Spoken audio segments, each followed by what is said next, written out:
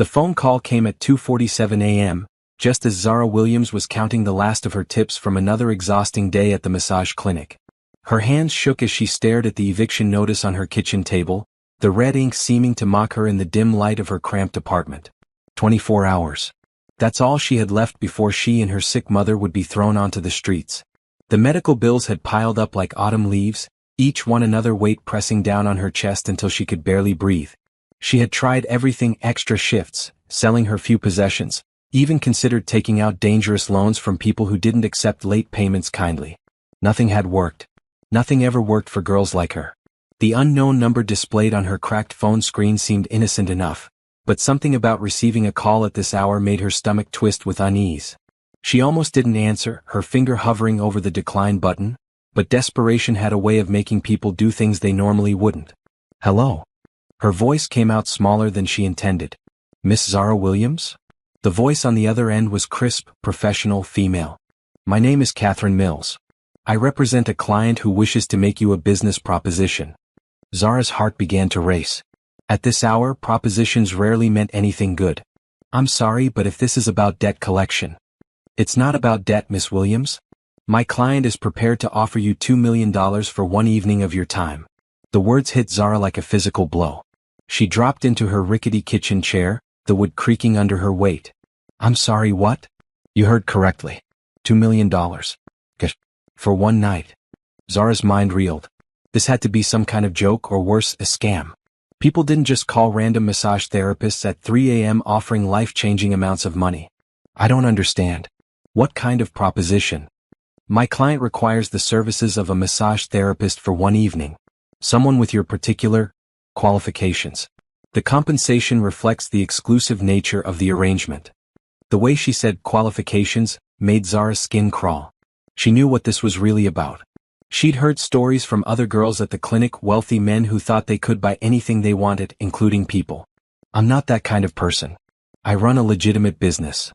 I understand your hesitation, Miss Williams, but perhaps you should consider your current circumstances before making any hasty decisions. A chill ran down Zara's spine. How did this woman know about her circumstances? What do you mean? Your mother's medical bills. The eviction notice. Your student loans. My client is aware of your financial situation and believes this arrangement could be mutually beneficial. Zara's blood ran cold. Someone had been watching her, investigating her life. The thought made her feel exposed and vulnerable in her own home. How do you know all that? My client is very thorough when considering business partners. This is a legitimate offer, Miss Williams. One night, $2 million. Enough to solve all your problems and give you and your mother a fresh start. And what exactly would I have to do for this money? Zara asked, though she was terrified to hear the answer. Provide massage therapy services. Nothing more, nothing less. My client simply values privacy and exclusivity, hence the unusual compensation. It sounded too good to be true, which in Zara's experience meant it absolutely was. But the eviction notice stared at her from across the table, and she could hear her mother's labored breathing from the bedroom down the hall. The experimental treatment that could save her life cost more money than Zara could make in 10 lifetimes. I need time to think about this, Zara said finally. Of course. But I should mention that this offer expires at noon today. If you're interested, simply text yes to this number. You'll receive further instructions. The line went dead, leaving Zara staring at her phone in the suffocating silence of her apartment. $2 million for one night. It was impossible, insane, and probably dangerous. But it was also exactly the amount she needed to save everything she cared about. She looked at the photo on her kitchen counter, her and her mother at her massage therapy graduation, both of them smiling and hopeful about the future. That was before the diagnosis, before the bills, before everything started falling apart. Her mother had worked 3 jobs to put Zara through school, never complaining, never asking for anything in return. Now it was Zara's turn to take care of her, but she was failing spectacularly. The apartment felt smaller than ever as she paced from the kitchen to the living room and back again, the floorboards creaking with each step. Outside, the city never slept, but inside her tiny world, everything felt frozen in this moment of impossible decision. She thought about the other girls at the clinic who'd made similar choices, who'd told themselves it was just business, just one time. Some had gotten lucky and escaped unharmed. Others had disappeared from their regular shifts, their phones disconnected, their apartments empty. But $2 million. She couldn't even imagine that much money. It would pay for her mother's treatment, clear their debts, maybe even let them move somewhere safe and clean where the walls didn't leak when it rained. She could finish her business degree, open her own clinic, hire other girls who needed a chance. Zara pulled out her laptop and tried to research the phone number, but it came back to a generic answering service. She searched for Catherine Mills and found dozens of women with that name, none of whom seemed to work for mysterious billionaires making outrageous offers to struggling massage therapists. As dawn began to creep through her thin curtains, painting everything in shades of gray and gold, Zara realized she was running out of time in more ways than one. The eviction notice gave her hours, not days. Her mother's next treatment was scheduled for the end of the week, and without it, the doctors had made it clear what would happen. She thought about calling her best friend Lisa for advice, but what could she say? That a stranger had offered her enough money to change her life in exchange for one night of work that sounded too good to be true? Lisa would tell her to run, to find another way, to be smart. All the things Zara already knew she should do. But smart hadn't kept the bills from piling up. Smart hadn't cured her mother's illness or prevented the medical insurance from dropping them. Smart hadn't made the rent any cheaper or the grocery bills any smaller. Sometimes being smart meant recognizing when you were out of options. As the morning sun painted her apartment in warm light, Zara Williams sat at her kitchen table and stared at her phone. In a few hours, she would have to make a choice that would either save her life or destroy it completely. The only question was whether she was brave enough to take the biggest gamble of her life. The clock on her phone showed 8:30 a.m. 3.5 hours until the offer expired. 3.5 hours to decide if she was willing to trade one night for everything she'd ever dreamed of having. Tales 1 Masseur. Zara hadn't slept.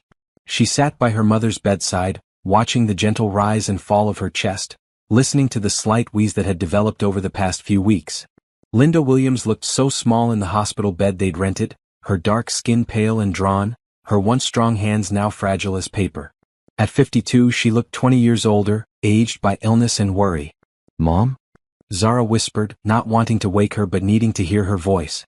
Linda's eyes fluttered open, immediately focusing on her daughter with the sharp intelligence that illness couldn't take away. "Baby, you look terrible. Did you sleep at all?" "I'm fine." It was a lie, but one she'd become expert at telling. "How are you feeling?" "Like I got hit by a truck, but I felt worse." Linda tried to sit up, and Zara quickly moved to help her, adjusting the pillows behind her back. "You've been crying." It wasn't a question. Linda Williams had raised her daughter alone after Zara's father left when she was 5, and she could read every expression on her face like words on a page. "The eviction notice came yesterday," Zara said, unable to meet her mother's eyes. "We have to be out by tonight." Linda was quiet for a long moment. "How much do we owe?"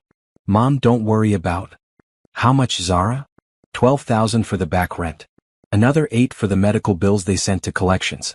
"And your next treatment?" Zara's voice broke. "I can't afford it. I've tried everything. I've worked every shift I can get, I've sold everything worth selling. I even looked into those payday loans, but they want interest rates that would just make everything worse." Linda reached out and took her daughter's hand. Her grip was weak, but her voice was strong. "We'll figure something out. We always do." "No, Mom. We won't. Not this time." Zara finally looked up, tears streaming down her face. "I got a call last night. Someone wants to hire me for a massage appointment. One night. They're offering $2 million.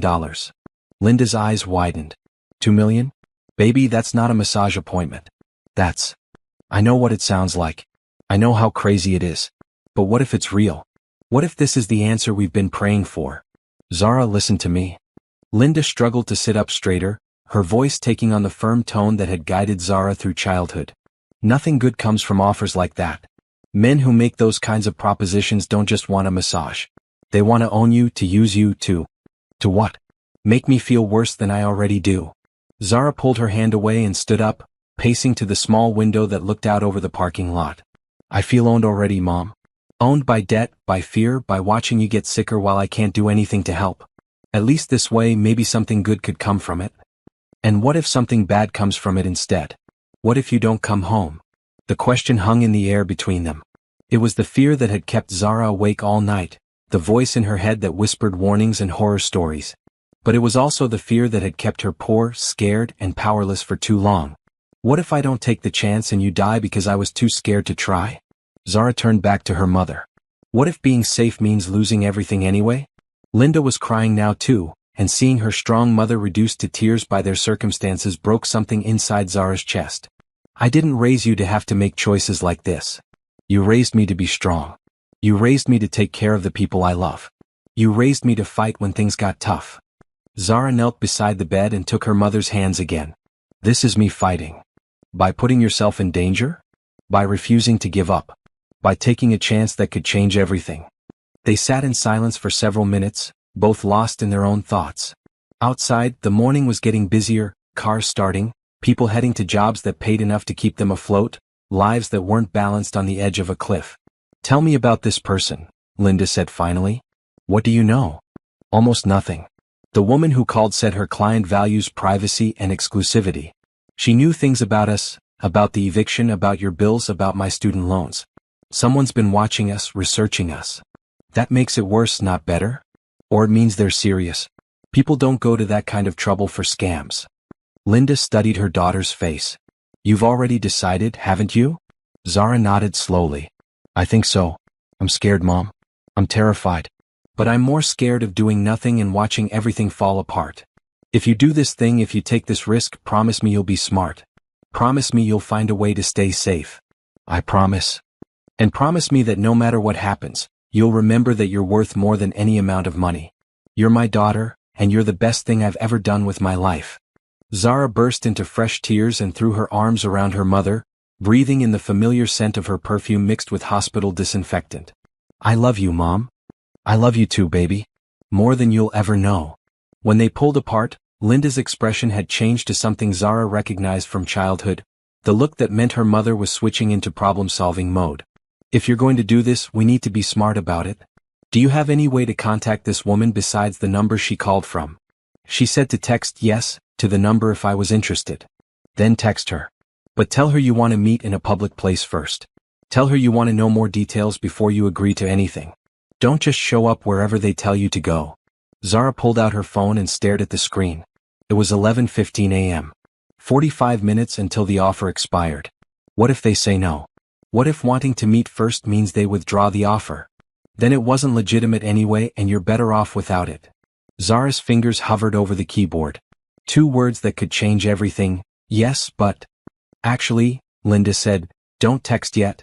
Call that friend of yours, Lisa. The one who works at the fancy hotel downtown. Ask her if she's ever heard of anything like this. Ask her if she knows anyone who might be able to help you stay safe if you go through with it.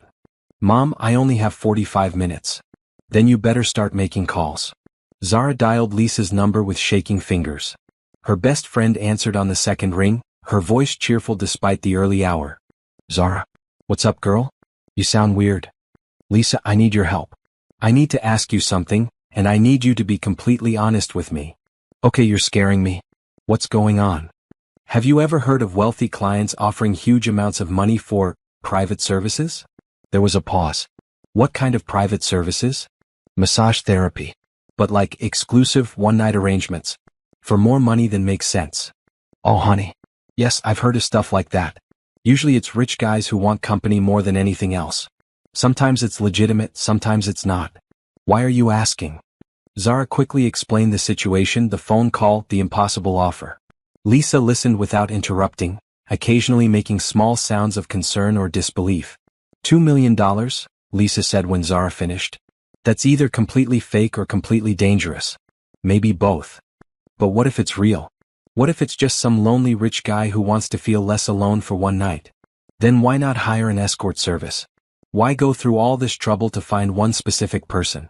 It was a good question, one Zara hadn't considered. I don't know. Look, if you're really thinking about doing this, and I'm not saying you should, but if you are, then you need backup.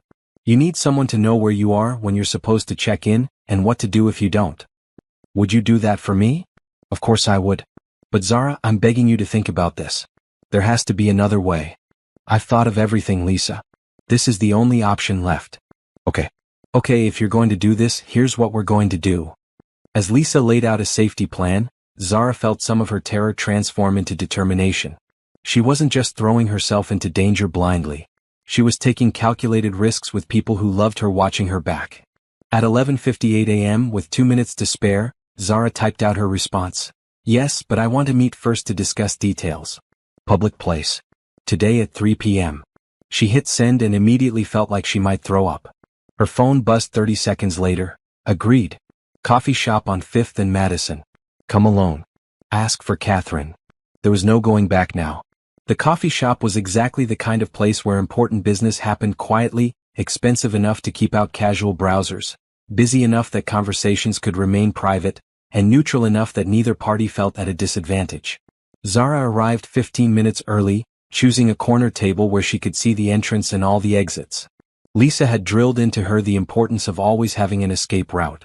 She ordered a coffee she couldn't afford and tried to look casual while her heart hammered against her ribs. Every woman who walked through the door might be Catherine Mills, the mysterious assistant who held the key to either salvation or disaster. At exactly 3 p.m., a tall woman in an expensive navy suit approached her table. Miss Williams? Catherine Mills looked like she'd stepped out of a corporate magazine, perfectly styled blonde hair, minimal but flawless makeup, and an air of professional competence that somehow made the whole situation feel more real and more frightening at the same time. That's me. Zara stood to shake hands, trying to project confidence she didn't feel. Thank you for meeting me. I know this situation is unusual. Catherine sat down across from her, placing a leather portfolio on the table between them. I appreciate that you want more information before making your decision. I need to know what I'm really agreeing to, Zara said. $2 million for one night of massage therapy doesn't make sense unless there's more to it. Catherine nodded as if she'd expected this question. My client is Adrian Stone. You may have heard of him. Zara hadn't, but she tried to keep her expression neutral. He's 34 years old and worth approximately $2.8 billion. He made his fortune in tech, but he's been out of the public eye for the past 2 years due to personal circumstances. What kind of personal circumstances? Mr. Stone was in a serious accident 2 years ago. He's been dealing with the physical and emotional aftermath ever since. He's become quite reclusive and has very specific requirements for the people he allows into his private space. What kind of requirements? Catherine opened her portfolio and pulled out a single sheet of paper. This is a non-disclosure agreement. If you decide to proceed, you'll need to sign it before meeting Mr. Stone. It protects both of your privacy. Zara scanned the document. It was written in legal language that was hard to follow, but the basic message was clear. Whatever happened, she couldn't talk about it to anyone ever. Why me? She asked. Why not hire someone through an agency? Mr. Stone's requirements are very specific. He needs someone with legitimate massage therapy credentials, someone who's never worked with high-profile clients before, and someone who... Catherine paused, choosing her words carefully. Someone who would appreciate the financial opportunity enough to be completely discreet. The euphemistic language didn't hide the meaning. They'd chosen her because she was desperate, which made her controllable. And what exactly would my job be? To provide massage therapy services for one evening. Mr. Stone suffers from chronic pain due to his accident. He needs someone skilled enough to provide relief, but unfamiliar enough that he can feel comfortable being vulnerable. Just massage therapy? Just massage therapy. For $2 million? Catherine's smile was practiced and revealed nothing. Mr. Stone values his privacy very highly. The compensation reflects the exclusive nature of the arrangement and the NDA you'd be signing. Zara studied the woman across from her. Catherine Mills was good at her job, whatever that job really was. She answered questions without really answering them, provided information that sounded complete but left huge gaps. I want to talk to him, Zara said suddenly. Before I agree to anything, I want to speak to Adrian Stone directly. That's not possible. Mr. Stone doesn't take meetings before. Then there's no deal. Zara started to stand up. I'm not agreeing to anything with someone I've never spoken to. Wait. Catherine's composure cracked slightly. Please sit down. Let me make a phone call. Zara remained standing while Catherine stepped away from the table and spoke quietly into her phone. The conversation lasted several minutes and seemed to involve some back-and-forth negotiation. When Catherine returned, she looked slightly surprised. Mr. Stone has agreed to speak with you briefly. He'll call in 5 minutes. They sat in tense silence until Catherine's phone rang. She answered it, spoke a few words, then handed it to Zara. Hello. Zara's voice was barely above a whisper. Miss Williams. The voice on the other end was deep, tired, and somehow sad. I understand you have questions about our arrangement. I need to know what I'm really agreeing to. This whole thing feels complicated. There was a long pause. It is complicated, but not in the way you're thinking. I'm not going to hurt you, Miss Williams. I'm not going to force you to do anything you don't want to do. I just need one evening with someone who doesn't know me, doesn't pity me, and can help me feel human again." Something in his voice made Zara's heart ache. He sounded lost, lonely in a way that had nothing to do with being alone. "Why so much money?" "Because I can afford it, and because I want to make sure that helping me actually helps you too. Catherine tells me you're dealing with some difficult circumstances. And you think you can just buy your way out of those circumstances for me? I think we can help each other. You need money, I need human connection. It doesn't have to be more complicated than that. But it is more complicated than that. Nothing is ever simple when this much money is involved." "You're right. It's not simple. But it is honest. I'm offering you enough money to solve your problems in exchange for one evening of your professional services and your discretion. That's all." Zara closed her eyes and tried to read between the lines of what he was saying.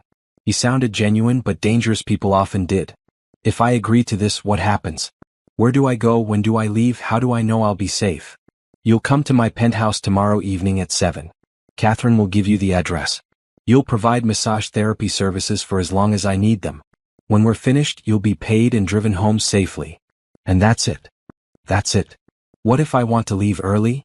Then you leave early. The door won't be locked, Miss Williams. You're not a prisoner. But will I still get paid?" Another long pause. "Yes. Even if you leave after 5 minutes, you'll still receive the full amount." That surprised her. If this was some kind of trap or scam, why would he agree to pay her even if she didn't fulfill her end of the bargain? "I need to think about this." "Of course. Catherine will give you her card. If you decide to proceed, call her by noon tomorrow and she'll provide the details. And if I decide not to? Then I hope things work out for you and your mother anyway." The line went dead. Catherine was watching her carefully when she handed the phone back. "Well?" "He knew about my mother. Mr. Stone is very thorough when considering business partnerships. This isn't a business partnership. This is me selling myself to solve my problems." Catherine's expression softened slightly. "Miss Williams, I've worked for Mr. Stone for 3 years. He's not a predator. He's not violent. He's just damaged. And very, very lonely. Lonely people can be dangerous too. Yes, they can. But Adrian Stone is dangerous to himself, not to others." Something in the way she said it made Zara look at her more closely. There was genuine concern in Catherine's eyes, maybe even affection. "You care about him. He's a good man who's been through hell. He deserves to feel human again, even if it's just for one night." Catherine pulled a business card from her portfolio and slid it across the table. "Call me by noon tomorrow if you decide to proceed. If not, I understand completely." She stood to leave, then paused. "For what it's worth, Miss Williams, I think you're brave for even considering this. Most people wouldn't take this kind of risk for someone they love." After Catherine left, Zara sat alone in the coffee shop for another hour, staring at the business card and trying to make sense of everything she'd heard. Adrian Stone sounded sad and sincere, but people could fake voices over the phone. Catherine seemed genuine in her concern for her employer, but assistants were paid to be loyal. The only thing Zara knew for certain was that she was running out of time. Her mother's next treatment was scheduled for the day after tomorrow, and without it, the doctors had made it clear what would happen. She pulled out her phone and called Lisa. "How did it go?" Lisa answered immediately. "I talked to him. The guy who's making the offer. And? He sounded lonely. Really lonely. And sad." "Honey, that doesn't mean he's safe." "I know. But it doesn't mean he's dangerous either. What are you going to do?" Zara looked out the window at the busy street, at people going about their normal lives with normal problems and normal solutions. She envied them their normalcy. "I'm going to think about it tonight. Tomorrow morning, I'm going to make a decision that's either going to save my life or ruin it. And if you decide to go through with it, then I'm going to need you to be my backup plan. I'll be whatever you need me to be." That night, Zara sat beside her mother's bed and watched her sleep fitfully, her breathing more labored than it had been the day before. Time was running out in more ways than one.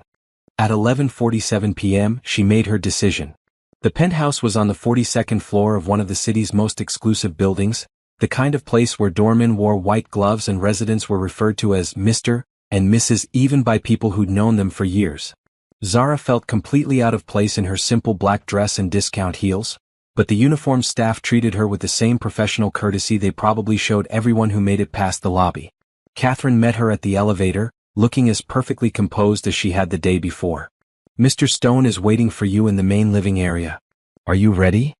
Zara nodded, though she felt anything but ready. Her safety plan with Lisa was in place, check-in calls every 2 hours until midnight, and if Lisa didn't hear from her by 12:30 a.m., she was to call the police. It wasn't much, but it was something. The elevator opened directly into the penthouse, and Zara's first impression was of space and light. Floor-to-ceiling windows wrapped around the living area, offering a breathtaking view of the city below. The furnishings were expensive but comfortable, more like a home than a showplace. Mr. Stone? Catherine called softly. I'm here. The voice came from the far end of the room near the windows. As Zara's eyes adjusted, she saw him, and immediately understood why he'd been out of the public eye for 2 years. Adrian Stone was in a wheelchair. He was younger than she'd expected, probably in his early 30s, with dark hair that needed cutting and intelligent brown eyes that seemed to take in everything at once. He was handsome in a sharp, angular way, but there were lines of pain around his eyes and a pallor to his skin that spoke of too much time indoors. Miss Williams. He rolled his chair closer, extending his hand. Thank you for coming. His handshake was firm, but she could feel the slight tremor in his fingers. Thank you for the opportunity. It was an awkward thing to say, but then again, everything about this situation was awkward. Catherine, you can go home, Adrian said without taking his eyes off Zara. We'll be fine. Are you sure? I could stay in the guest room if... I'm sure. Thank you. Catherine hesitated for a moment, then nodded. Good night, Mr. Stone. Miss Williams, call me if you need anything. When they were alone, the silence stretched between them like a bridge neither was sure how to cross. Adrian seemed as nervous as Zara felt, which was oddly comforting. Would you like something to drink? He asked finally. Coffee, wine, water? Water would be nice. He gestured toward the kitchen area. There are glasses in the cabinet above the sink. Water's in the refrigerator. As Zara poured herself a glass of water, she realized he was watching her every movement. Not in a predatory way, but with the intense focus of someone who rarely had the opportunity to observe other people in his space. You're nervous, he said when she returned to the living area. Wouldn't you be? Probably. This whole thing is pretty surreal, isn't it? She sat down on the couch across from him, trying to maintain some professional distance. I have to ask, why me? Why not hire someone through a legitimate agency? Adrian smiled for the first time since she'd arrived, and it transformed his entire face. You mean someone who wouldn't be suspicious of a $2 million massage appointment? Exactly. Because I don't want someone who does this professionally. I don't want someone who's going to pretend to care or act like they enjoy my company for the money. I want someone real. And you think I'm real? I think you're here because you're desperate enough to take a risk for someone you love. That's pretty real. The observation stung because it was true. So you took advantage of my desperation. Yes, he said simply. Just like you're taking advantage of my loneliness. We're using each other, Miss Williams. At least we're honest about it. The bluntness of his response caught her off guard. She'd expected denials or justifications, not this matter-of-fact acknowledgement of the transaction they were both part of. Your mother? He said suddenly. How long has she been sick? 2 years. The same amount of time you've been. She gestured vaguely at his wheelchair. Out of commission? I was going to say hiding. Another smile, smaller this time. That's more accurate. Yes, I've been hiding for 2 years. What happened to you? He was quiet for so long that Zara thought he wasn't going to answer. When he finally spoke, his voice was barely above a whisper. Car accident. I was driving home from a meeting, talking on the phone, not paying attention. Ran a red light and got hit by a semi-truck. He gestured to his legs. Spinal injury. The doctors say I'll never walk again. I'm sorry. Don't be. It was my fault. I was so busy being important, making deals, building my empire that I forgot to pay attention to the world around me. The accident was just the universe's way of making me slow down. Is that why you've been hiding? Because of the wheelchair? Partly. But mostly because I couldn't stand the pity. Everyone looking at me like I was broken, like I was less than I used to be. Board members wondering if I was still competent to run my company. Women who used to find me attractive suddenly seeing me as a charity case. There was raw pain in his voice, the kind that came from having your entire identity stripped away in an instant. So you isolated yourself.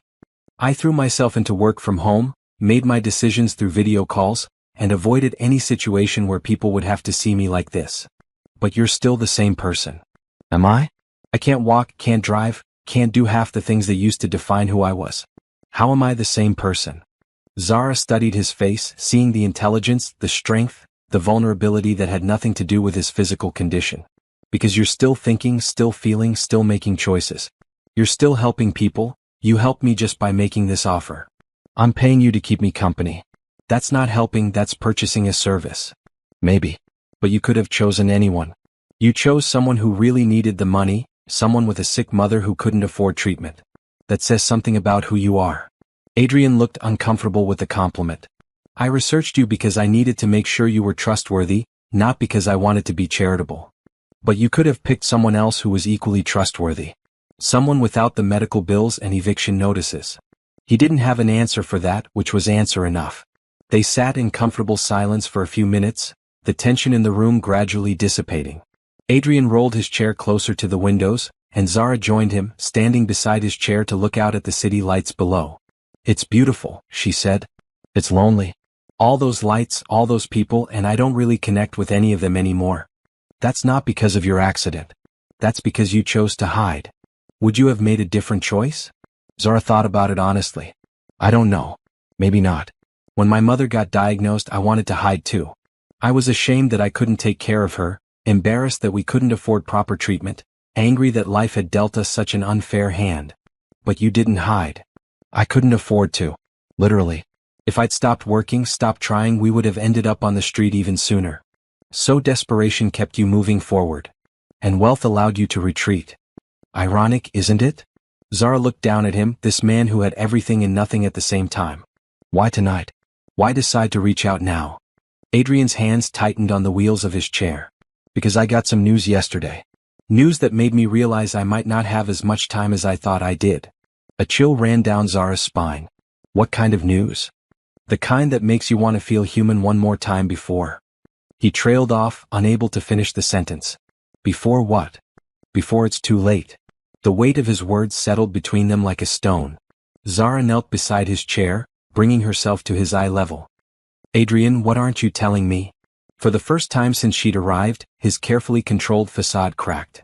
She saw fear in his eyes, real terror that had nothing to do with business meetings or public appearances. I'm dying, he said simply. The accident didn't just damage my spine. There were other injuries, internal damage that the doctors have been monitoring. Yesterday they told me it's getting worse. I have maybe 6 months, probably less. The room seemed to spin around Zara. She'd come here expecting to provide massage therapy to a lonely billionaire, not to comfort a dying man in his final months. 6 months, she repeated. Maybe less. The doctors want to try some experimental treatments, but the odds aren't good. And the treatments themselves would be unpleasant. I haven't decided if I want to put myself through that. Of course you want to put yourself through that. You want to live. Do I? What kind of life am I living? Hiding in this apartment, avoiding everyone who used to matter to me, paying strangers to keep me company? A life that could get better if you let it. Or a life that could end in a hospital bed, surrounded by machines and people who pity me. Zara stood up and began pacing, her mind racing. This changed everything. The money, the strange arrangement, his insistence on privacy. It all made sense now. Is that why you offered me so much money? Because you feel guilty about being rich while you're dying? Partly. But mostly because I wanted to make sure that if I only have one night of genuine human connection left, it would be with someone who actually benefited from being here. One night. Adrian's expression grew even more vulnerable. I don't know how many good days I have left. The pain is getting worse, the treatments make me sick, and soon I'll probably be too weak to even pretend to be normal. This might be my last chance to spend time with someone who sees me as a person instead of a patient. The full weight of what he was asking hit her. He wasn't just paying for massage therapy or even companionship. He was paying for someone to witness his humanity before illness took that away from him too. You should be with your family, she said softly. Your friends. People who love you. My parents died in a plane crash when I was 25. I have a sister, but we haven't spoken in 3 years. She thinks I abandoned the family business to play with computers. His laugh was bitter. She's probably right. As for friends, it's amazing how quickly people disappear when you're no longer useful to them. So you really are alone. Completely. Zara felt tears prick her eyes. She'd come here thinking she was the desperate one, the person with no options left. But Adrian Stone was more desperate than she was. At least she had her mother, people who loved her, a future worth fighting for. He had money and nothing else. The massage therapy, she said suddenly. You really do need it, don't you? You're in pain. Constant pain. The medications help, but they make me foggy, disconnected. I wanted to be clear tonight, to really be present for once. Without thinking, Zara moved behind his chair and placed her hands on his shoulders. She could feel the tension immediately, the way his muscles had knotted themselves around the chronic pain he'd been carrying. You don't have to, he started to say. Sure. This is what you're paying for, right? She began to work on the knots in his shoulders, using techniques she'd learned in school to release tension and increase circulation. Adrian's breathing changed almost immediately, becoming deeper and more relaxed. Better? She asked after a few minutes. Much. You're very good at this. I had good teachers. And lots of practice with people in chronic pain. Your mother? Among others. They fell into a comfortable rhythm, Zara working on his neck and shoulders while Adrian slowly relaxed for what might have been the first time in 2 years. She found herself forgetting about the money, the strange circumstances, the timer that was counting down both their situations. For these few minutes she was just doing what she trained to do, helping someone feel better. Zara, Adrian said softly. Yes. Thank you. Not for the massage though, that's wonderful. Thank you for not looking at me like I'm broken. You're not broken. You're hurt, but you're not broken. How can you be so sure? Because broken things can't feel this much. Broken things don't care about helping other people or making connections or wondering about the time they have left. You're wounded, but you're still whole where it matters. Adrian was quiet for a long time, and when he finally spoke, his voice was thick with emotion. I haven't felt whole in a very long time. Maybe that's because you've been hiding from the world instead of living in it. And maybe that's because the world didn't want to see me like this. The world is made up of individuals. Some of them might not be able to handle seeing you in a wheelchair, but some of them won't care at all. Some of them might even see you more clearly because of what you've been through. Like you. Zara paused in her massage, considering the question. I see someone who's been through hell and is still kind enough to help a stranger. Someone who's facing death and still worrying about making genuine connections with other people. Someone who has every reason to be bitter and angry but chose to spend what might be his last good evening making sure another person's problems got solved too. You make me sound noble. I'm not noble, Zara. I'm scared and selfish and desperate. So am I. But maybe that's what makes us human. As the hours passed, the formal boundaries between them began to dissolve.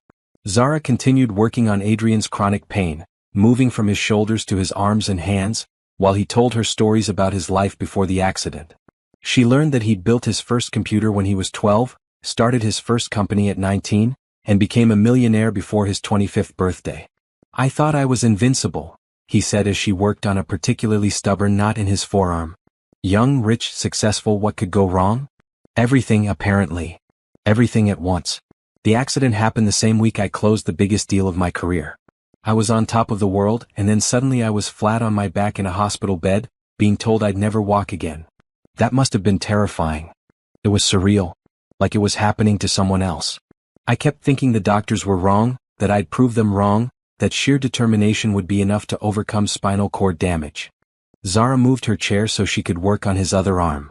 When did you realize they were right? About 6 months later, when I'd tried every treatment, every therapy, every experimental procedure available. My body just wouldn't respond. That's when I started withdrawing from everything. And your company? I handed day-to-day operations over to my management team and told everyone I was taking a sabbatical to focus on my recovery. That was 2 years ago. They're still waiting for you to come back? Adrian's laugh was hollow. They think I am back. I've been running everything remotely: video conferences, digital signatures, electronic communications. As far as most people know, Adrian Stone is still the same hands-on CEO he always was. But you're not. No, I'm not. I'm a ghost haunting my own life. Zara paused in her work, studying his profile in the soft lamplight. Is that really how you see yourself? As a ghost? What else would you call someone who's present but not really there? Someone who affects the world around him but doesn't really participate in it. I'd call him someone who's been hurt and is still healing. It's been 2 years, Zara. If I was going to heal, don't you think it would have happened by now? Physical healing, maybe. But emotional healing, that takes as long as it takes. She resumed her massage, working on the tension in his hands and wrists. His fingers were long and elegant, the hands of someone who'd built things, created things, made ideas into reality. Tell me about your mother, Adrian said suddenly, changing the subject away from his own pain. What do you want to know? Everything. What's she like? What does she love? What makes her laugh? Zara smiled, feeling some of the heaviness lift from the room. She's stubborn. Incredibly stubborn. When I was growing up, she worked 3 jobs to keep us afloat, and she never once complained or made me feel like I was a burden. 3 jobs. Cleaning office buildings at night, working in a cafeteria during the day, and doing alterations for a local seamstress on weekends. She used to fall asleep at the kitchen table with a pile of mending in her lap. That must have been hard for you, seeing her work so much. It was hard, but it was also inspiring. She never gave up, never stopped fighting for us. Even when my father left and took all our savings with him, she just kept going. Is that where you get it from? That determination? Probably. She used to tell me that Williams women don't quit, even when quitting would be easier. And now she's the one who needs taking care of. Zara's hand stilled for a moment. The irony isn't lost on me. All those years she spent making sure I had everything I needed, and now I can barely afford her medications.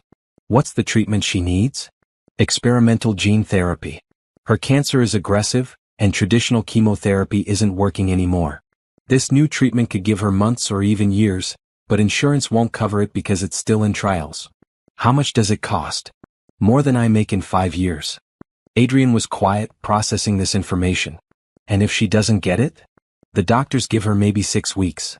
The parallel wasn't lost on either of them, both facing the potential loss of someone they loved, both running out of time, both desperate enough to make choices they never thought they'd make. 6 weeks, Adrian repeated softly. Which is why I'm here. Why I answered your call, why I agreed to this arrangement. I'd do anything to save her. Even trust a stranger with $2 million to offer? Even that. They sat in contemplative silence while Zara continued her work. The city lights twinkled beyond the windows, millions of people living their lives, facing their own struggles, making their own impossible choices. Zara, Adrian said eventually. What will you do? After tonight, After you have the money and your mother gets her treatment. It was a question she'd been afraid to think about too deeply, as if planning for success might somehow jinx it. I don't know. I've been so focused on just getting through each day that I haven't thought much about the future. Think about it now. I'd like to finish my business degree. Maybe open my own practice eventually. Somewhere that people like my mother could afford to get quality care. A practice for people who can't afford traditional therapy? Something like that. I know what it's like to need help and not be able to pay for it. There should be places where that doesn't matter. Adrian turned slightly in his chair so he could see her face. That's a beautiful dream. It's probably naive. Do-gooder clinics don't exactly generate the kind of income that pays back student loans. Maybe income isn't the most important thing. Easy to say when you have billions of dollars. Actually, it's harder to say when you have billions of dollars. Wealth has a way of making you forget that there are more important things than profit margins. Is that what happened to you? Before the accident? Adrian considered the question carefully. I think so.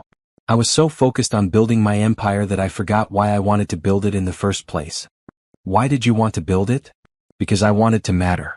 I wanted to create something that would outlast me, something that would prove I'd been here. And now I realize that the things that matter most can't be measured in dollars or market share. They're measured in moments like this. Conversations like this. Connections like this. Zara felt something shift in her chest, a warmth that had nothing to do with the professional service she was providing. She was starting to care about this man, not as a client or a source of desperately needed money, but as a person.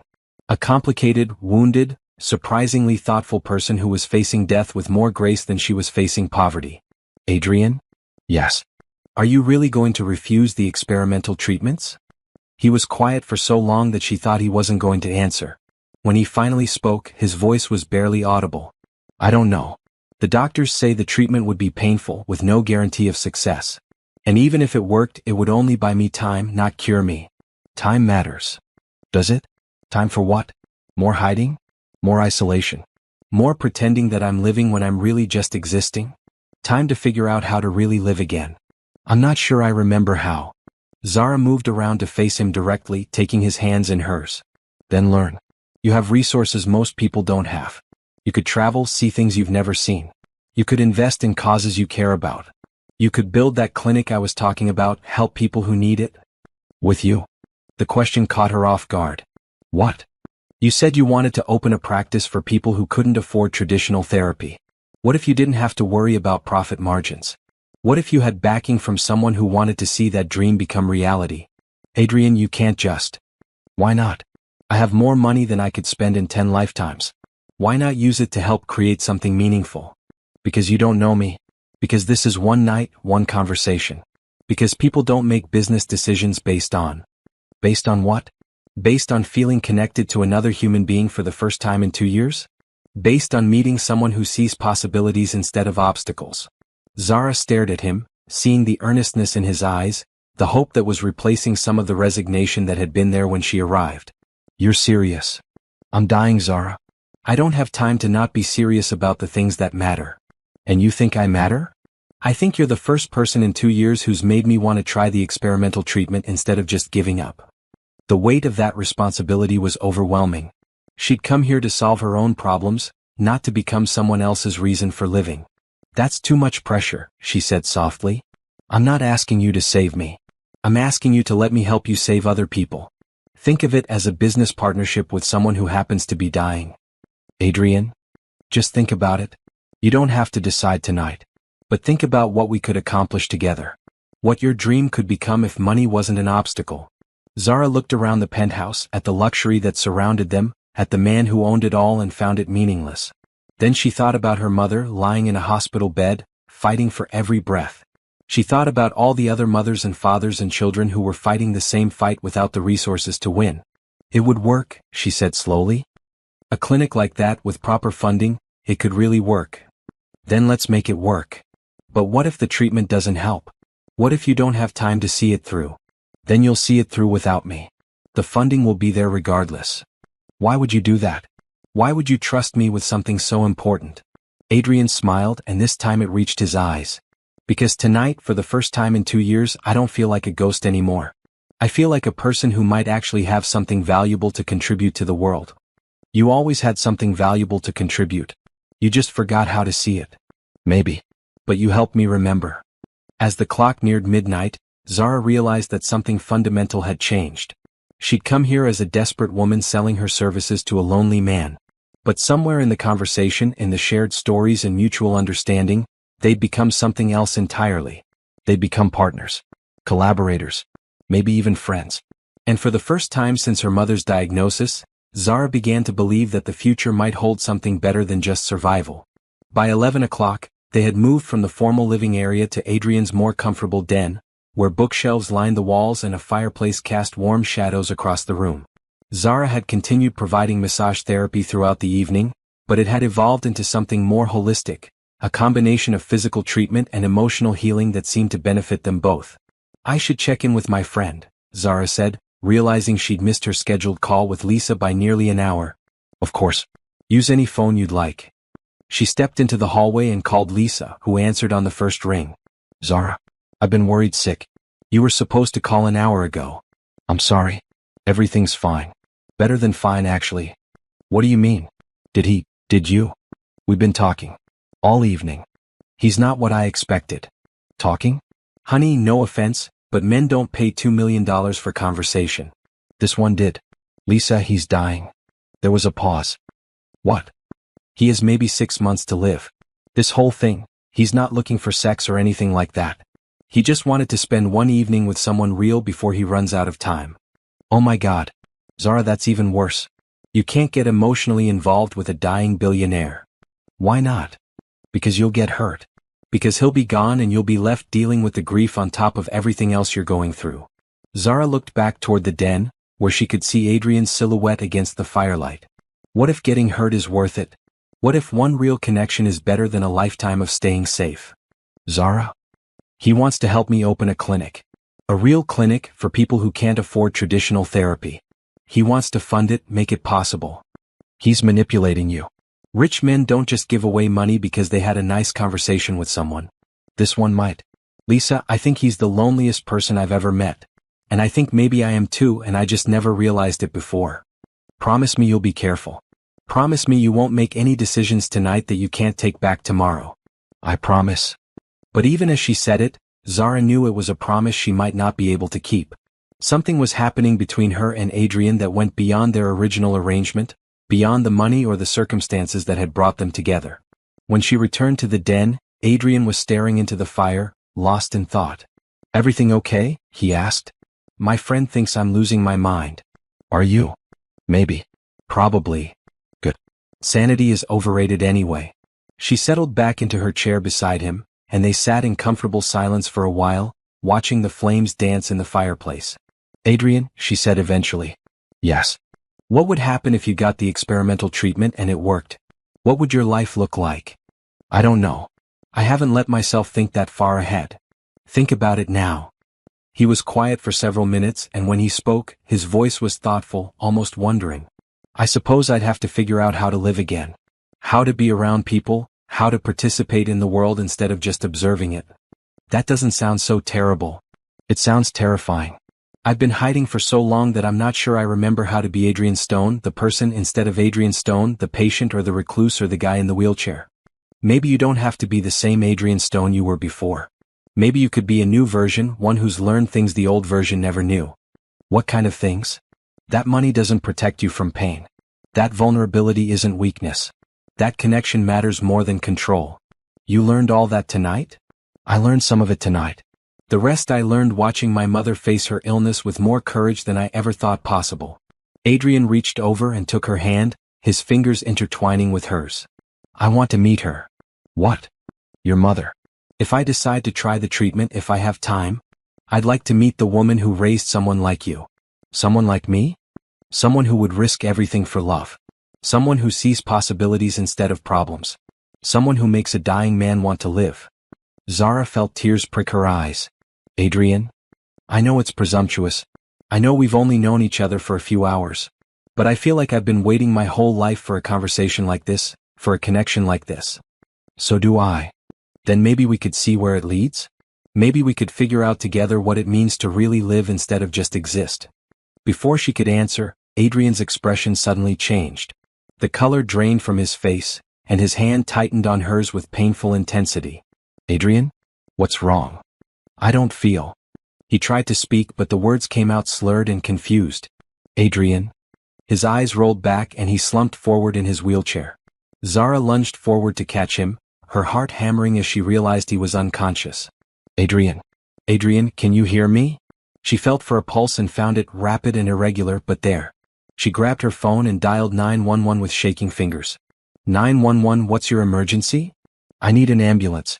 A man has collapsed, he's unconscious. He has a spinal cord injury and he's been having health problems." As she gave the dispatcher the address and tried to answer their questions, Zara kept one hand on Adrian's shoulder, talking to him even though he couldn't hear her. "It's going to be okay. Help is coming. You're going to be fine. You have to be fine because we have plans, remember? We have a clinic to build and a life for you to figure out how to live." The paramedics arrived within minutes, their professional efficiency both reassuring and terrifying. They quickly assessed Adrian's condition and loaded him onto a gurney, firing questions at Zara as they worked. "Are you family?" "No, I'm a friend." "Do you know his medical history?" "He was in a car accident 2 years ago. Spinal cord injury. He told me tonight that he's been having other health problems, something the doctors have been monitoring." "Any medications?" "I don't know. I don't know anything. We were just talking and then he collapsed." "Ma'am, it's okay. We're going to take good care of him. Do you want to ride with us to the hospital?" Zara looked around the penthouse at the evening they'd shared, at the conversation that had changed everything for both of them. Then she looked at Adrian's unconscious form on the gurney, at the machines already attached to monitor his vital signs. "Yes," she said without hesitation. "Yes, I want to come with you." As the ambulance raced through the city streets, sirens wailing, Zara held Adrian's hand and made a promise she hoped he could somehow hear. "You're going to get through this. And when you wake up, we're going to talk about that experimental treatment. Because you're right, connection matters more than control. And I'm not ready to lose this connection we've found." The monitors beeped steadily, keeping time with her hopes and fears, as they rushed toward a hospital and an uncertain future that would test everything they'd discovered about each other in one impossible night. The hospital waiting room at 3 a.m. was a liminal space filled with fluorescent lighting and desperate people. Zara sat in an uncomfortable plastic chair, still wearing her black dress from the evening that now felt like it had happened to someone else entirely. She'd been there for 4 hours and no one could tell her anything definitive about Adrian's condition. Miss Williams? She looked up to see a doctor in scrubs approaching, his expression carefully neutral in the way medical professionals perfected when delivering uncertain news. Yes. I'm Dr. Patel, Mr. Stone's neurologist. I understand you were with him when he collapsed. That's right. We were talking and he suddenly said he didn't feel well, and then he lost consciousness. Can you tell me more about how he seemed earlier in the evening? His mood, his energy level, any complaints of pain or discomfort? Zara thought back to their hours together, trying to separate the emotional intimacy from the physical details that might be medically relevant. He seemed tired but alert. He mentioned being in constant pain from his spinal injury, but he said he'd skipped his usual pain medication because he wanted to be clear-headed. Dr. Patel made notes on his tablet. Did he mention any other symptoms? Headaches, nausea, changes in vision? No, nothing like that. Doctor, what's wrong with him? The paramedics mentioned he's been having health problems related to his accident. Mr. Stone has been dealing with some complications from his initial injuries. Internal bleeding that we've been monitoring, some organ damage that's been progressing slowly. What happened tonight appears to be related to those ongoing issues. Is he going to be okay? Dr. Patel's hesitation told her everything she didn't want to know. We're running tests and trying to stabilize him. The next few hours will be critical. Can I see him? He's unconscious and we're restricting visitors to immediate family only right now. I'm all he has, Zara said, the words surprising her with their truth. His parents are dead, he's estranged from his sister, and he's been isolated for 2 years. I'm the only person who's going to sit here and wait for him to wake up. Dr. Patel studied her face, perhaps seeing something in her expression that convinced him. 5 minutes. But if his condition changes, you'll need to leave immediately. The ICU was a maze of beeping machines and hushed conversations, the kind of place where hope and despair lived side by side in uncomfortable proximity. Adrian looked smaller in the hospital bed, connected to monitors and 4 lines that reduced his complexity to a series of numbers on screens. Hey, Zara said softly, pulling a chair close to his bed. You scared me. His face was peaceful in unconsciousness, but pale in a way that made her chest tight with worry. She took his hand carefully, mindful of the 4-line taped to the back of it. The doctor says the next few hours are critical, which I'm pretty sure is medical speak for, we don't know what's going to happen. But I need you to know something before anything else happens. She paused, gathering her thoughts and her courage. Tonight changed me. I came to your apartment thinking I was selling myself to solve my problems, but instead I found someone who understood what it means to feel desperate and alone and afraid. You made me feel less alone, Adrian. And I think maybe I did the same for you. The monitors continued their steady beeping, the only indication that life was still fighting inside his still form. You asked me earlier what would happen after tonight, after I had the money and my mother got her treatment. I've been thinking about that. I think what happens is that we figure out how to build something beautiful together. That clinic we talked about, yes, but also whatever this is between us. She squeezed his hand gently. So you need to wake up. You need to get better. Because I'm going to be really angry if you make me care about you and then leave before we figure out what caring about each other might mean. A nurse appeared in the doorway. Miss Williams? I'm sorry, but visiting hours are over. Zara nodded and stood up, but didn't immediately release Adrian's hand. I'll be in the waiting room, she told him. And tomorrow I'm going to call that doctor about the experimental treatment, because you're going to need options when you wake up. She kissed his forehead gently, tasting the salt of tears she didn't realize she'd been crying. Back in the waiting room, Zara called Lisa to let her know what had happened, then settled in for what she suspected would be a long night. Other people came and went, family members of other patients, medical staff, the occasional delivery person bringing coffee to tired relatives keeping vigil. Around 6 a.m. as the sun was beginning to rise over the city, Catherine Mills appeared in the waiting room. She looked as perfectly composed as always, but there were lines of worry around her eyes that suggested she'd gotten the call in the middle of the night. Miss Williams. How is he? Stable but critical. The doctor said the next few hours would tell us more. Catherine sat down in the chair beside her. I should have seen this coming. He's been pushing himself too hard, refusing to rest, skipping treatments. You care about him. He's been my employer for 3 years, but he's a good man who's been dealt a terrible hand. He doesn't deserve what's happened to him. No one deserves what's happened to him. But maybe what matters now is what he chooses to do with the time he has left. Catherine looked at her sharply. He told you about the prognosis. 6 months, maybe less. And something about experimental treatments he's been avoiding. Dr. Martinez has been trying to convince him to try the new protocol for weeks. Adrian keeps saying he needs more time to think about it, but I think he's just scared. Scared of the treatment failing?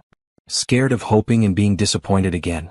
The accident took away his mobility, but watching his body slowly fail him over the past 2 years has taken away his hope. They sat in silence for a while, two women who barely knew each other but were united in their concern for a man who'd somehow become important to both of them. "Miss Williams," Catherine said eventually, "what happened last night? I've never seen Adrian connect with anyone the way he seemed to connect with you." Zara thought about how to answer that question. How do you explain that two strangers can recognize something essential in each other?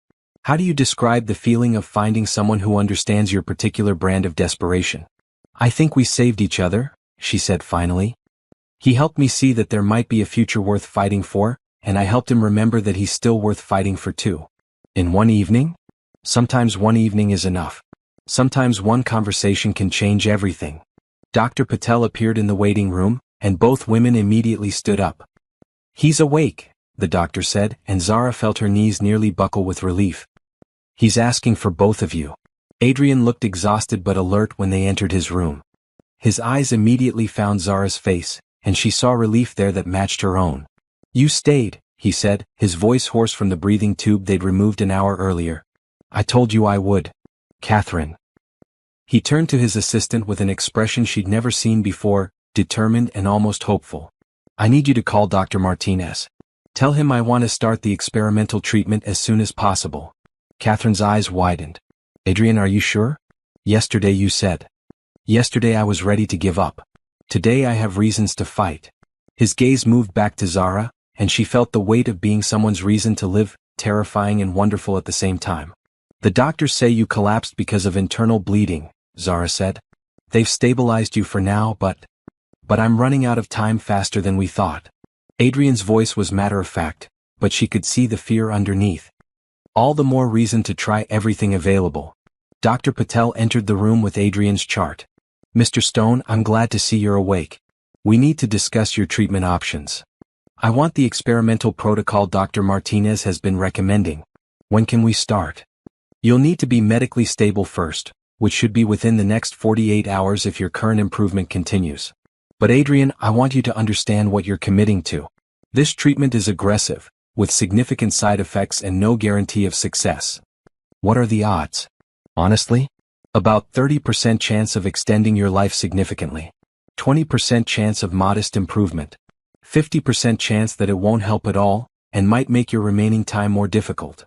Zara watched Adrian process these numbers, seeing him weigh the mathematics of hope against the reality of suffering. "And if I don't try it?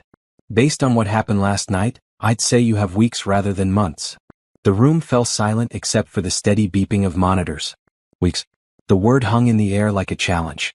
"I'll take those odds," Adrian said firmly. "Schedule the treatment." After Dr. Patel left to make arrangements, Catherine excused herself to handle the logistical details, leaving Zara and Adrian alone. "Are you sure about this?" Zara asked, taking his hand. "No, but I'm sure about wanting to try.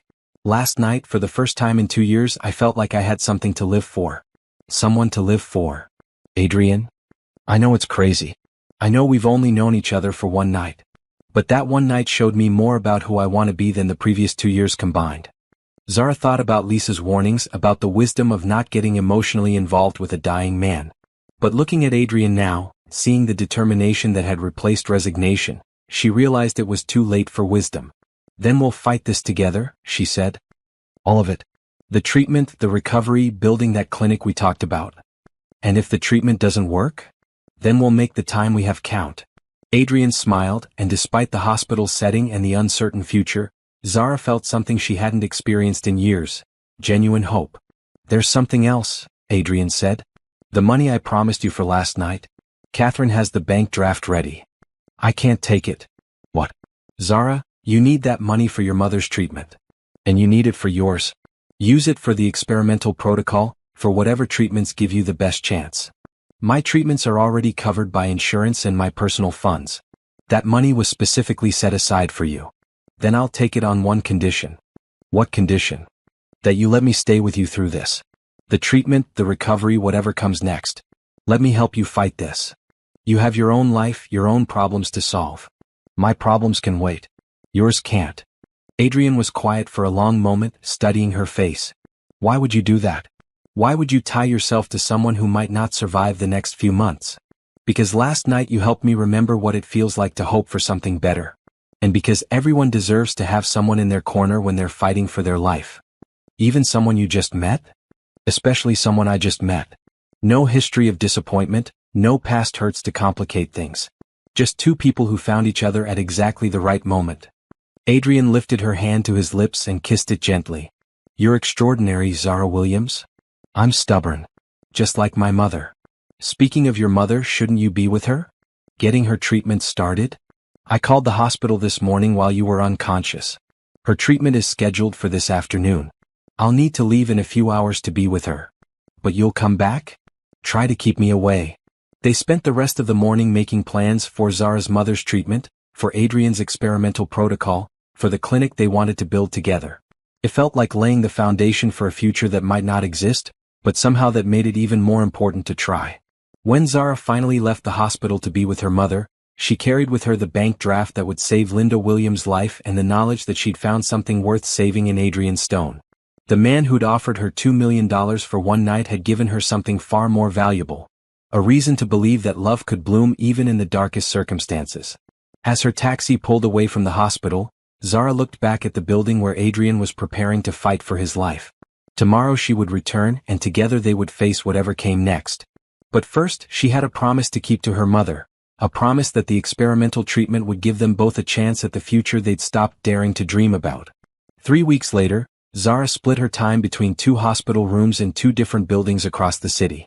Her mother was responding well to the gene therapy, showing improvement that amazed her doctors and filled Zara with cautious optimism. Adrian, meanwhile, was in the middle of his experimental treatment, and the side effects were brutal. She found him that morning hunched over a basin, his body racked with nausea from the latest round of medications. The strong, controlled man she'd met 3 weeks ago had been replaced by someone fragile and suffering, but his eyes still held the determination that had convinced him to try the treatment in the first place. Good morning, she said softly, setting down the coffee she'd brought for herself and the ginger tea that sometimes helped settle his stomach. Morning, he managed, accepting the tea with shaking hands. How's your mother?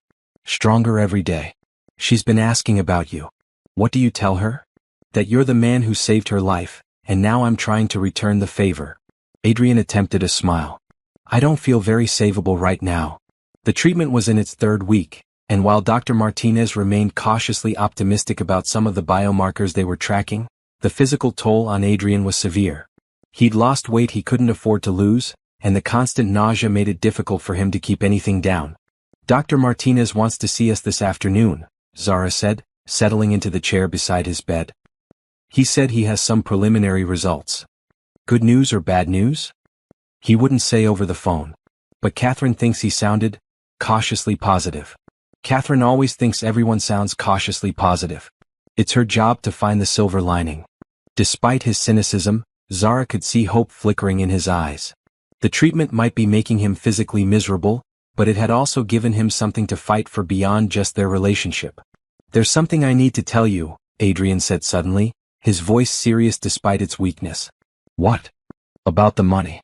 About why I really chose you for that night 3 weeks ago. Zara felt a chill of unease. What do you mean? I didn't just research you because I needed someone trustworthy. I researched you because I'd been looking for someone exactly like you for months. Someone like me? Someone with medical bills they couldn't afford. Someone with a loved one who needed expensive treatment. Someone desperate enough to take a risk but good enough to deserve a second chance. The pieces began falling into place in Zara's mind, and she didn't like the picture they were forming. Adrian, what are you saying? I've been giving money away for 2 years. Ever since the accident. Medical bills, student loans, rent payments, small business loans. I've been systematically finding people who needed help and figuring out ways to give it to them without making them feel like charity cases. You've been, what? Playing guardian angel. Anonymous donations, mysterious scholarships, surprise insurance payouts that covered exactly what people needed. I've given away about half my fortune in the last 2 years. Zara stared at him, trying to process this revelation. Half your fortune? About $1.4 billion, yeah. Why? Because I was dying and I wanted to do something meaningful with the money before I was gone. Because I realized that hoarding wealth while other people suffered made me complicit in their suffering. But why the elaborate setup with me? Why not just write a check for my mother's treatment? Adrian's expression grew sheepish. Because I was lonely and I wanted to meet one of the people I was helping. I wanted to have a real conversation with someone who understood what it felt like to be desperate. So this whole thing, the mysterious phone call, the $2 million, the secrecy, it was all just an elaborate way to buy yourself a friend? When you put it like that, it sounds pretty pathetic. Zara stood up and began pacing, her mind racing. Adrian, do you understand what you've done? You made me think I was selling myself to save my mother. You made me believe I was making the hardest choice of my life. I know. I'm sorry. I never meant for it to feel like that. But it did feel like that. I spent days agonizing over whether to trust you, whether I was walking into danger, whether I was compromising everything I believed about myself. And would you have taken the money if I just offered it as charity? The question stopped her pacing. Would she have? If a stranger had simply called and offered to pay for her mother's treatment out of kindness, would she have accepted? No, she admitted reluctantly. I would have been too proud to take it. That's why I created the arrangement. I wanted to give you a way to earn the money so you could accept it with dignity. By making me think I was prostituting myself? By giving you a legitimate service to provide. Massage therapy. Companionship. Human connection. Those things have value, Zara. Real value. She sank back into her chair, overwhelmed by the complexity of his motivations. So what is this between us? Is it real or is it just part of your elaborate charity scheme? It's real. His voice was stronger than it had been all morning. It started as charity, but it became something else the moment we started talking. You changed everything for me that night. How do I know that? How do I know you're not just saying what you think I want to hear? Because I'm telling you the truth about the money instead of letting you continue believing the lie. Because I'm risking the best thing that's happened to me in 2 years by being honest with you. Zara studied his face, looking for signs of deception or manipulation. What she saw instead was exhaustion, vulnerability, and something that looked very much like love. The clinic, she said suddenly. Is that real or is that charity too? Both. I want to fund it because I think it's a worthy cause, but I also want to build it with you because I can't imagine doing anything important without you anymore. Adrian? I know I should have told you the truth from the beginning. I know I made this more complicated than it needed to be. But I'm telling you now because I want whatever happens between us to be built on honesty. Before Zara could respond, Dr. Martinez appeared in the doorway with a tablet in his hands and an expression that was impossible to read. Am I interrupting something important? He asked. Everything's important right now, Adrian replied. What do the test results say? Dr. Martinez pulled up a chair and opened his tablet. The experimental treatment is working. The words hung in the air for a moment while both Zara and Adrian processed their meaning. Working how? Adrian asked carefully. The internal bleeding has stopped completely. The organ damage we've been monitoring has not only stopped progressing, it's actually reversing in some areas. Your body is responding to the treatment better than we dared hope. What does that mean in terms of prognosis? It means instead of weeks we're talking about years. Possibly decades if the improvement continues. Zara felt tears streaming down her face before she realized she was crying. Adrian looked stunned as if he couldn't quite believe what he was hearing. Decades? He repeated. The treatment isn't a cure, but it's given your body the tools to heal itself in ways we didn't think were possible. You'll need to continue with modified versions of the protocol for the next several months, but the worst of the side effects should start diminishing soon. And the paralysis? That's permanent, I'm afraid. But Adrian, you're going to live. You're going to have time to figure out what that means. After Dr. Martinez left, Adrian and Zara sat in silence, both overwhelmed by the sudden shift from planning for death to planning for life. So, Adrian said finally. Decades, huh? Decades, Zara confirmed. That's a long time to hold a grudge about the money thing. Despite everything, Zara found herself laughing. You're impossible. But I'm alive. And I'm going to stay alive long enough to build that clinic with you, to see your mother fully recover, to figure out what this thing between us becomes when we're not running out of time. What if I'm still angry about the deception? Then I guess I'll have to spend the next few decades making it up to you. Zara looked at this man who'd entered her life as a mysterious benefactor and become so much more. He'd lied to her, manipulated the circumstances of their meeting, and made her question everything about her own moral boundaries. He'd also saved her mother's life, shown her what it meant to hope again, and somehow convinced her that love could grow in the most unexpected places. Adrian? Yeah. When you get out of here, we're going to have a very long conversation about honesty and trust and what it means to build a relationship on a foundation of truth. I'd like that. And then we're going to start planning that clinic. But this time, I want to be an equal partner, not just someone you're helping out of charity. Deal. And Adrian? Yes. I'm glad you're going to live. Even if you are the most complicated man I've ever met. Complicated is just another word for interesting. Is that your excuse for everything? It's worked so far. As they sat together in the hospital room, surrounded by the machines that had monitored his fight for life, Zara realized that sometimes the most beautiful love stories began with the most impossible circumstances. Adrian Stone had offered her $2 million for one night, but what he'd really given her was a lifetime of possibilities. 2 months later, Zara's mother was officially declared to be in remission. Linda Williams looked more like her old self than she had in 2 years, and the doctors were cautiously optimistic about her long-term prognosis. Adrian, meanwhile, had been released from the hospital and was slowly regaining his strength as the experimental treatment continued to work its quiet miracle inside his body. They met for lunch at a small cafe near the hospital where both their loved ones had fought for their lives. It was their first real date, if you could call it that, when one person was in a wheelchair and the other was still processing the revelation that their entire relationship had begun with a well-intentioned deception. "You look good," Zara said as Adrian maneuvered his chair up to their table by the window.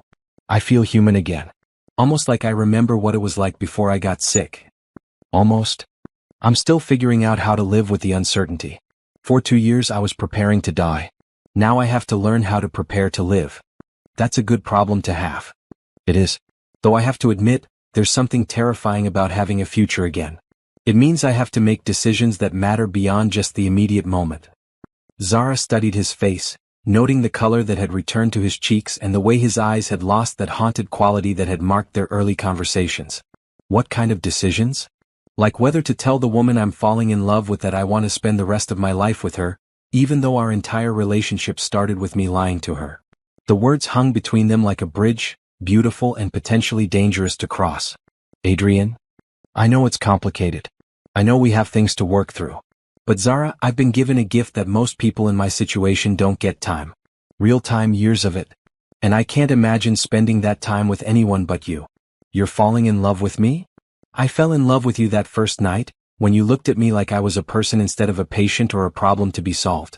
Every day since then has just made it deeper." Zara felt her chest tighten with emotion.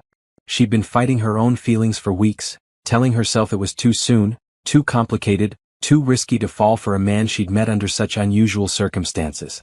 "I'm scared," she admitted. "Of what?" "Of how much I care about you.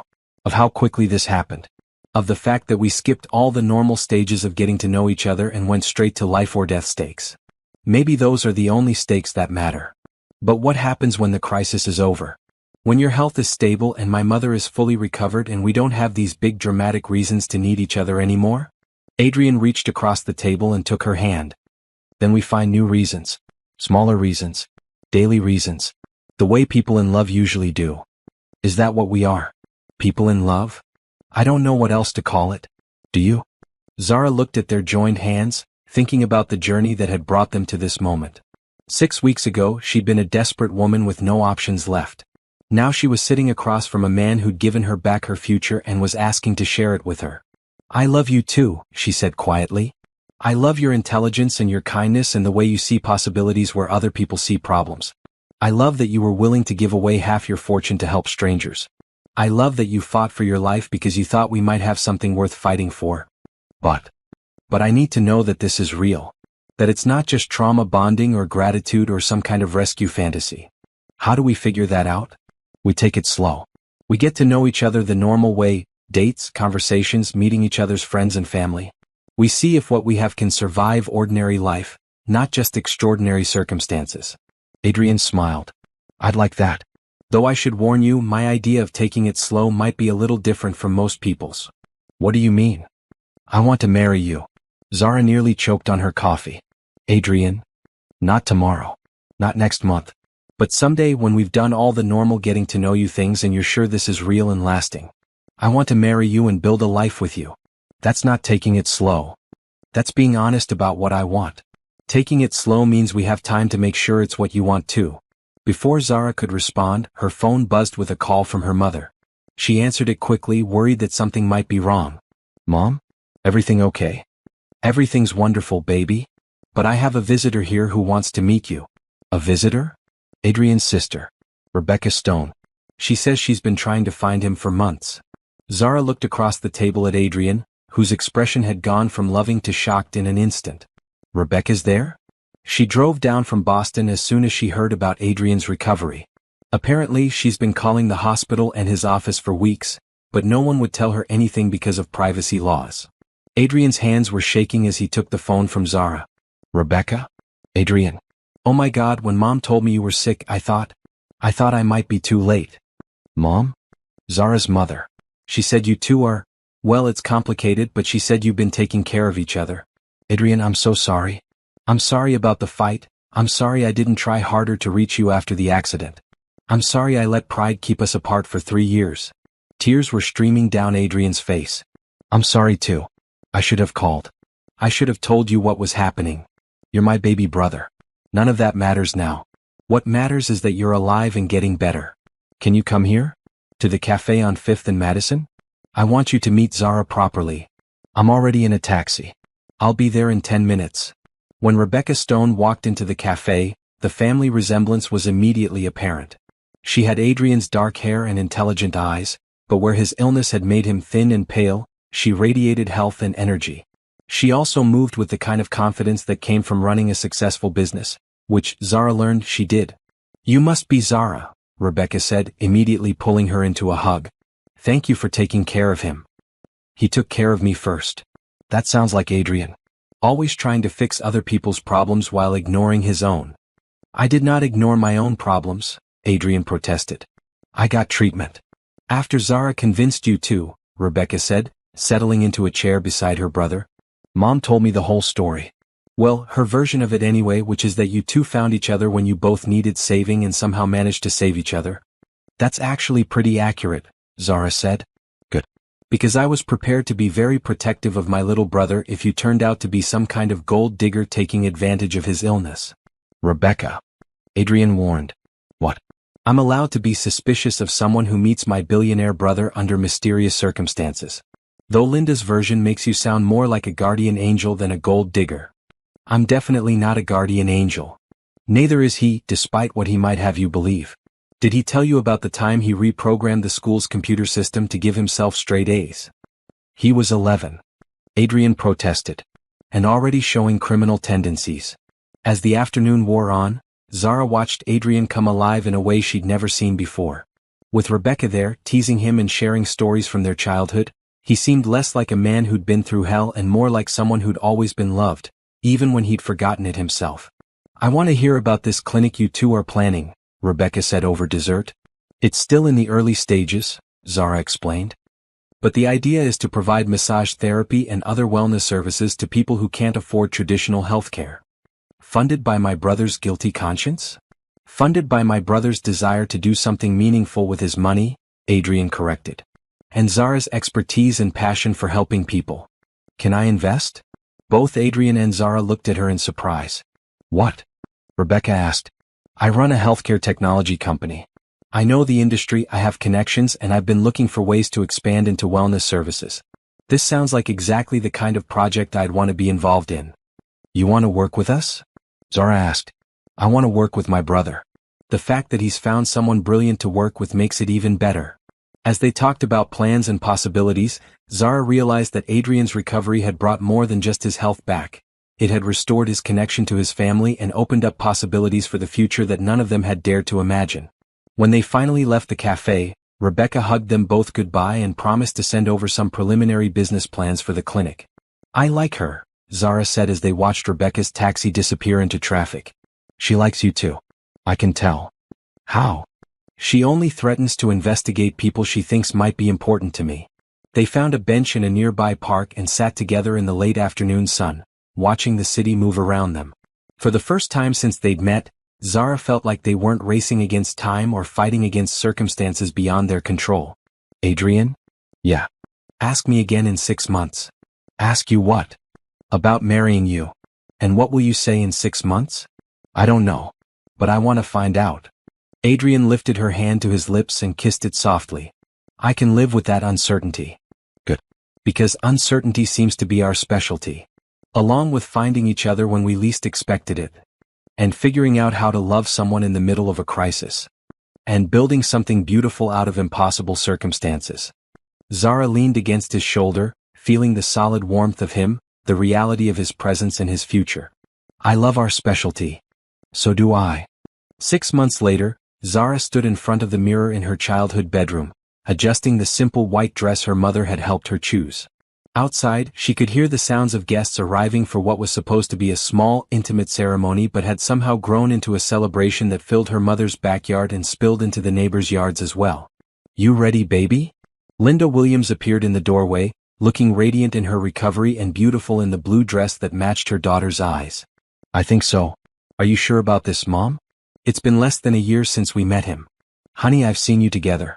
I've watched how he looks at you and how you light up when he's around. Time doesn't matter when it's right. What if we're moving too fast? What if this is all just? Zara. Linda took her daughter's hands. Do you love him? More than I thought it was possible to love anyone. Does he treat you well? Better than I ever dreamed of being treated. Do you trust him? With my life. Then stop borrowing trouble from tomorrow and go marry that man. The backyard had been transformed into something magical. Rebecca Stone had insisted on handling the decorations, and she'd created an elegant garden party atmosphere with white flowers, string lights, and enough chairs to accommodate everyone who mattered to both Adrian and Zara. Catherine Mills was there, tearful and proud as she watched her former employer prepare to marry the woman who'd changed his life. Dr. Martinez and Dr. Patel sat together, two medical professionals who'd witnessed the miracle of Adrian's recovery and were honored to celebrate its continuation. Lisa was there as Zara's maid of honor, still slightly bewildered by how her best friend's life had changed but genuinely happy to see her radiant with joy. And Adrian was there, looking more handsome than she'd ever seen him, waiting at an altar made of flowers and hope. The ceremony was officiated by a minister Rebecca had found, a woman who specialized in weddings that celebrated overcoming adversity.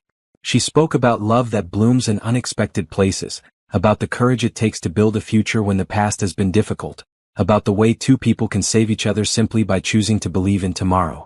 When it came time for vows, Adrian went first. Zara, when you walked into my apartment 8 months ago, I thought I was buying myself one last night of human connection. Instead, you gave me a reason to live. You saw past my wheelchair, past my illness, past my loneliness, and somehow found something worth loving. You made me remember that I'm not just a patient or a diagnosis or a man defined by his limitations. With you, I'm just Adrian, and somehow that's enough. He paused to wipe away tears that matched the ones streaming down Zara's face. I promise to love you not just in the dramatic moments but in the quiet ones. Not just when we're saving each other's lives but when we're living them. I promise to build something beautiful with you, not just the clinic we've dreamed about, but a marriage that proves love can grow anywhere when it's tended with care. Zara's vows were simpler but no less heartfelt. Adrian, you offered me $2 million for one night of my time. What you actually gave me was a lifetime of possibilities. You taught me that asking for help isn't weakness, that accepting love isn't defeat, and that sometimes the most unlikely circumstances can lead to the most beautiful outcomes. I promise to spend the rest of our lives proving that you made a good investment.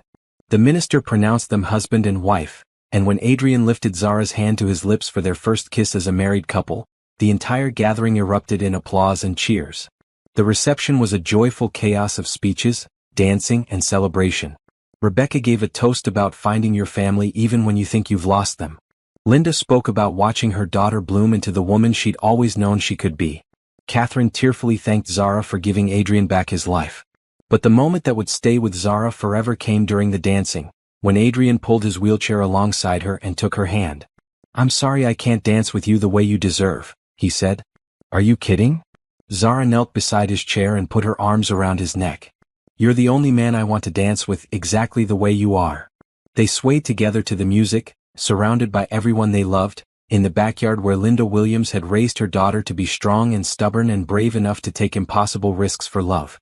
As the evening wound down and guests began to leave, Adrian and Zara found themselves alone on the back porch, watching the last of the string lights twinkle in the darkness.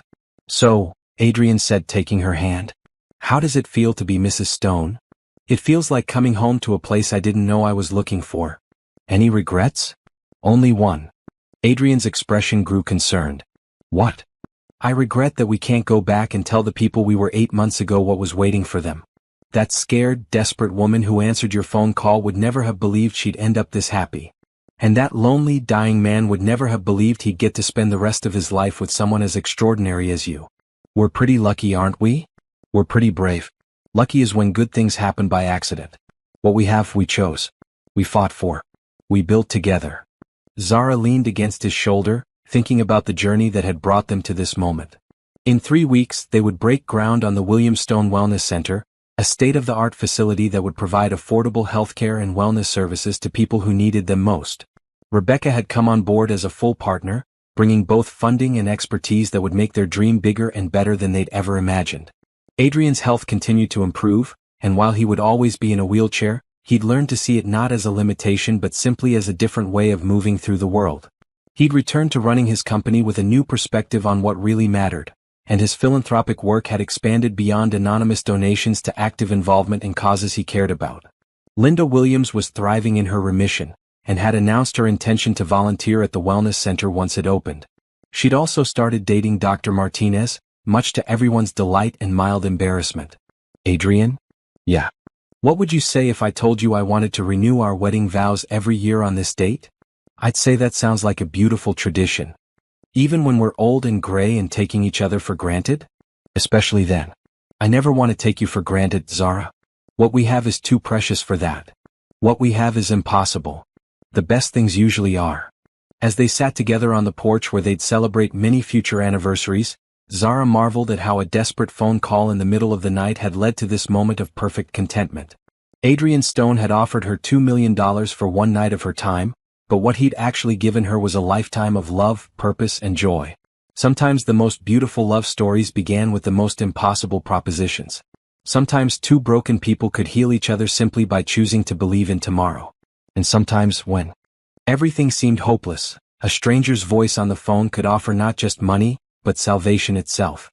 The secret Adrian had kept wasn't that he was dying, or that he'd been giving his fortune away, or even that he'd fallen in love with a woman he'd hired for one night of companionship. The secret was that love really could conquer anything, even time, even illness, even the kind of desperation that made people do things they never thought they'd do. And now that secret belonged to both of them for the rest of their impossible, beautiful, miraculous lives.